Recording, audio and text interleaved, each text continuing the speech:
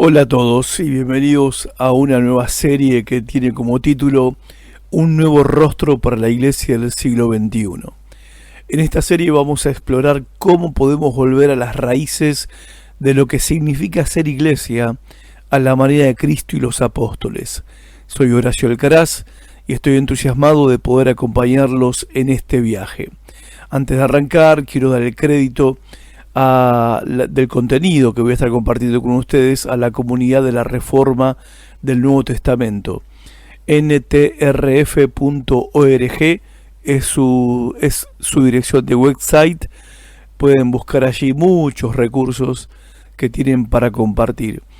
Esta comunidad de la Reforma del Nuevo Testamento ha estado por más de 30 años proveyendo a líderes de iglesias en los 5 continentes del planeta de recursos y capacitación sobre cómo la iglesia primitiva se reunía en comunidad. Se los recomiendo muy mucho. Hoy vamos a sumergirnos en el primer pilar de la práctica de la iglesia primitiva, algo que para muchos es un verdadero cambio de paradigma. Las reuniones donde cada uno tiene algo que aportar. El tema de hoy, el despertar de la participación en la iglesia. Empecemos.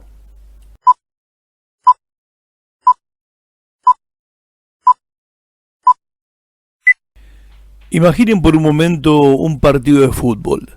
La mayoría de nosotros somos la hinchada, ¿verdad? Animamos, gritamos, cantamos, nos quejamos del árbitro, pero nunca salimos a la cancha a jugar nosotros mismos. Nuestra contribución en el partido es como una gota más de agua en las cataratas del Iguazú. Pues bien, esta es una analogía bastante precisa de cómo se ven muchos de nuestros cultos o reuniones desde hace 500 años. Y la verdad es que Jesús y los apóstoles tenían una idea muy diferente para las reuniones de la iglesia.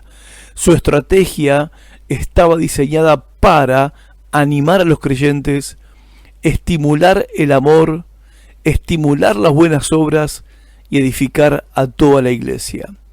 La clave era liberar al pueblo para que usaran plenamente los dones espirituales que Dios les había dado. Había un formato de reunión abierto para compartir, había una espontaneidad ordenada y todo para fortalecer al cuerpo de Cristo. El comentarista inglés William Barclay, él escribió lo siguiente: lo realmente notable de una de las primeras reuniones de la iglesia debe haber sido que casi todos venían sintiendo que tenían tanto el privilegio como la obligación de contribuir con algo. Y Barclay no estaba hablando de dinero. ¿Se imaginan lo que fueron esas reuniones donde cada uno de los miembros de la iglesia iba con esa sensación de privilegio y responsabilidad de ir y compartir algo con sus hermanos, llevar algo para ministrar a sus hermanos? Para entender esto mejor, vamos a echar un vistazo rápido al contexto histórico. Las primeras iglesias cristianas estaban compuestas en gran parte por creyentes judíos que venían de la práctica de las sinagogas. Y saben que las reuniones de las sinagogas en el primer siglo, en la época de Jesús y los apóstoles, y obviamente previamente ya era una costumbre, esas reuniones eran participativas.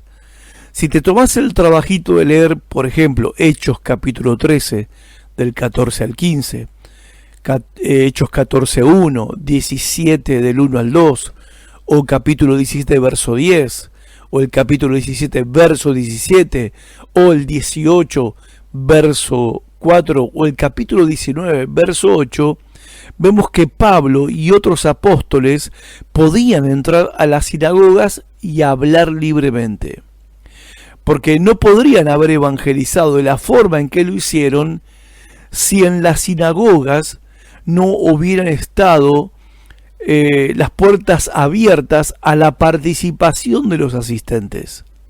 Esto nos da una pista crucial. las reuniones de la iglesia del Nuevo Testamento habrían sido consistentes con esa práctica participativa. O sea, no era algo nuevo, era una continuidad. En las iglesias del Nuevo Testamento, por 300 años, reuniones que se llevaban adelante en casas de familia, la dinámica fue participativa.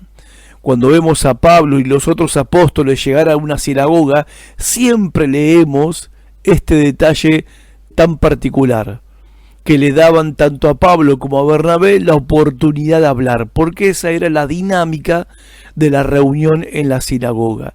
Y los primeros discípulos de Jesús, que eran del judaísmo, continuaron con esta práctica que las iglesias gentiles también siguieron perseverando en esa práctica de la participación activa de todos los miembros de la iglesia. ¿Qué te parece? Ahora vayamos al corazón de este principio. La idea de que cada uno tiene algo para compartir, algo para ministrar.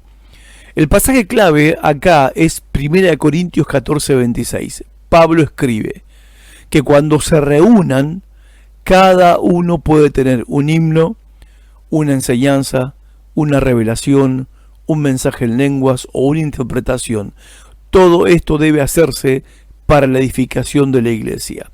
Piensen en esta frase. Cada uno tiene. No dice el pastor tiene algo para ministrar. No dice los líderes tienen algo para ministrar. Dice que cuando ustedes se reúnen, cada uno tiene algo para compartir, algo para aportar, contribuir, algo para ministrar a sus hermanos. Ahora, esto quiero que quede claro. Esto es un mandato de las Escrituras, no es una sugerencia. 1 Corintios 14:26 es un mandato de cómo deben llevarse a cabo las reuniones de la iglesia y cómo se debe respetar la participación de cada miembro de la iglesia. Las Escrituras nos llaman de manera clara a estimularnos unos a otros al amor y a las buenas obras. Está escrito en Hebreos 10, 24 al 25. Ahora, esto no es solo tarea de los líderes, sino de cada miembro de la iglesia. El objetivo principal de todo lo que se diga y se haga en esta reunión participativa es la edificación de la iglesia. Y esta edificación se produce por la participación activa de cada uno de sus miembros. Saben que la palabra griega que se traduce edificar significa fortalecer, construir. O sea, cualquier comentario, cualquier testimonio, cualquier contribución, cualquier enseñanza, cualquier canción, cualquier palabra profética o de sabiduría o de ciencia debe estar diseñada con amor para animar, edificar, fortalecer, construir la vida espiritual de los demás creyentes que están presentes en esa reunión. No es una hora de micrófono abierto para quejarse o divagar y hablar sin terminar, sino es un momento para que cada uno, operando desde su don espiritual, sirva al cuerpo de Cristo y lo edifique y haga su parte para edificarlo. Ahora, Pablo también enfatiza la corrección y el orden en la reunión, en 1 Corintios 14:40. Esto, o sea, participación activa no significa caos. Participación de todos los miembros de la iglesia no significa caos, significa una espontaneidad ordenada. Si alguien tiene una revelación, una enseñanza, un salmo, un mensaje en lenguas, debe hacerse de manera que todos aprendan y sean animados y siempre uno a la vez, como Pablo enseña en 1 Corintios 14. Y acá entra el papel crucial del liderazgo.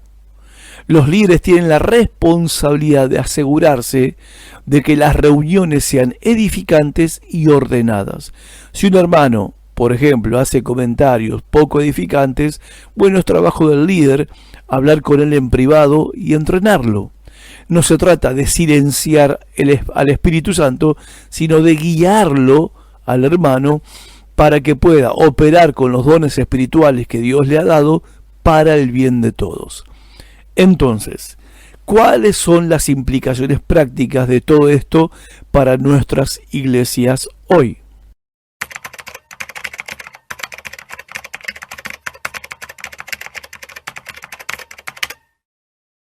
Veamos algunas implicaciones. Primero, nos obliga a repensar el formato de nuestras reuniones. Porque en verdad, para que podamos llevar adelante esta dinámica bíblica, cumplir con este mandamiento apostólico, las iglesias no pueden ser iglesias de 500 personas. Porque si no estaríamos 500 días haciendo una reunión hasta que todo el mundo pueda participar. Se entiende que aplicar este mandato apostólico implica repensar la forma o el formato o la estructura de nuestras reuniones o lo que llamamos nosotros cultos. Si nuestras reuniones son predominantemente una especie de espectáculo, show u obra de teatro donde un solo hombre con su banda de apoyo hacen todo, bueno, estamos perdiéndonos algo fundamental del diseño de Dios para la iglesia. Y acá quiero apuntar bien sobre este concepto. No estamos hablando de imponer una nueva moda, una nueva estrategia, un nuevo método de trabajo. No. Este es el bendito diseño de Dios para la iglesia.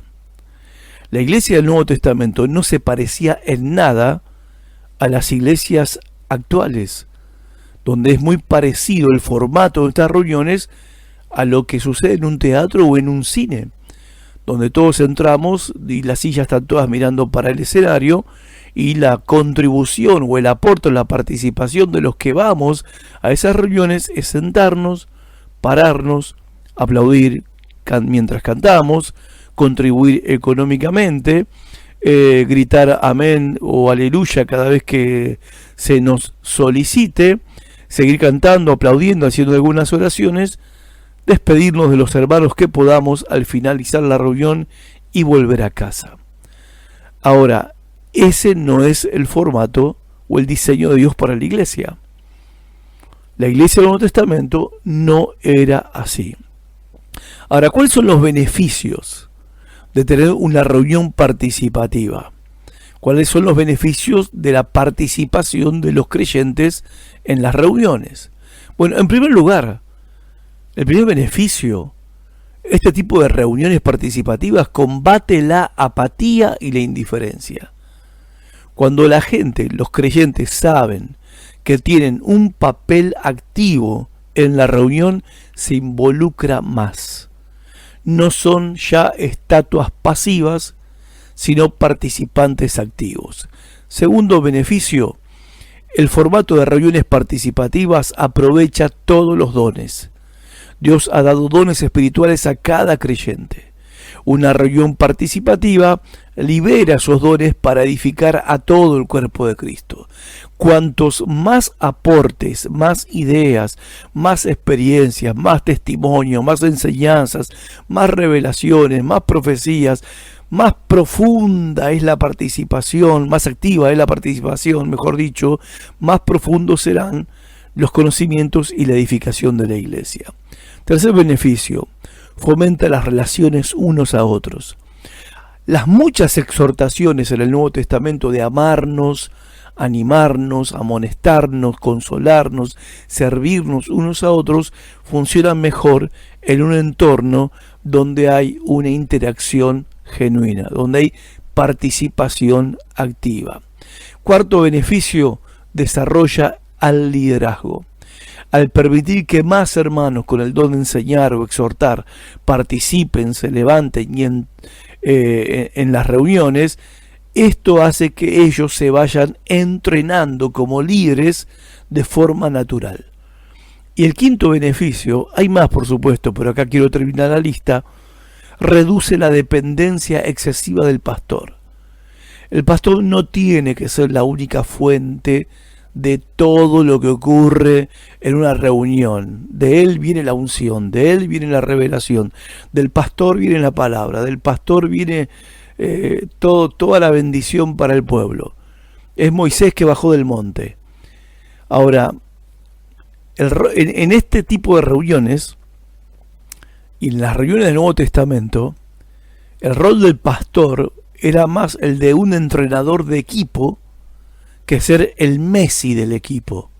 ¿Se entiende la metáfora? Este modelo ayuda a prevenir la atrofia espiritual y la entropía en la iglesia. ¿Qué es la entropía? Es que si seguimos haciendo lo mismo de siempre, el modelo se autodestruirá. No se trata ahora de esta propuesta de recuperar las raíces de la iglesia del Nuevo Testamento. No se trata de una reconstrucción seca y rutinaria de la reunión, sino de vivir los ejemplos que nos dejaron los apóstoles en el poder y la dirección del Espíritu Santo. Ellos modelaron la forma de ser y hacer iglesia para todos los tiempos y para todas las generaciones.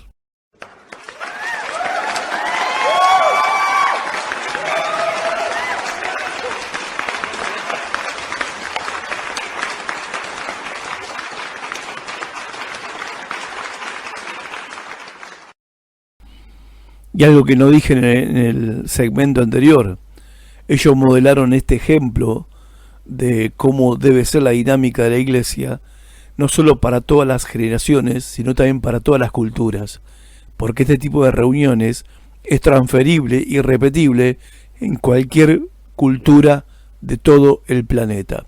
Está claro para nosotros, creo yo, que la forma de hacer reuniones, como las hacemos, por ejemplo, en Occidente o en América, todo gira alrededor del templo, del salón, auditorio, como quieran llamarle. No se puede repetir este modelo en China, en Asia, en Afganistán, en Vietnam, en Corea del Norte, en Irán. O sea, nuestro modelo de iglesia, entre comillas, no es repetible ni transferible en otras culturas y en otras naciones, lo cual impide el desarrollo de la Gran Comisión. Pero vamos a hablar de esto en otro momento. Quiero resumir para terminar. La iglesia primitiva era un lugar de participación activa, una reunión de participación activa. Cuando digo lugar, no me refiero a edificio, sino un lugar de encuentro, donde cada creyente tenía un rol crucial en la edificación del cuerpo de Cristo. No era un caos, sino había una espontaneidad ordenada, guiada por el Espíritu y supervisada por líderes sabios. Pastores, yo quisiera animarlos a reflexionar. ¿Cómo se compara esto del Nuevo Testamento con las reuniones de nuestras iglesias? ¿Hay espacio para que cada uno tenga algo que aportar para la edificación del resto de sus hermanos? ¿Estamos liberando los dones de nuestra congregación para que el Espíritu obre en amor, unidad y compromiso?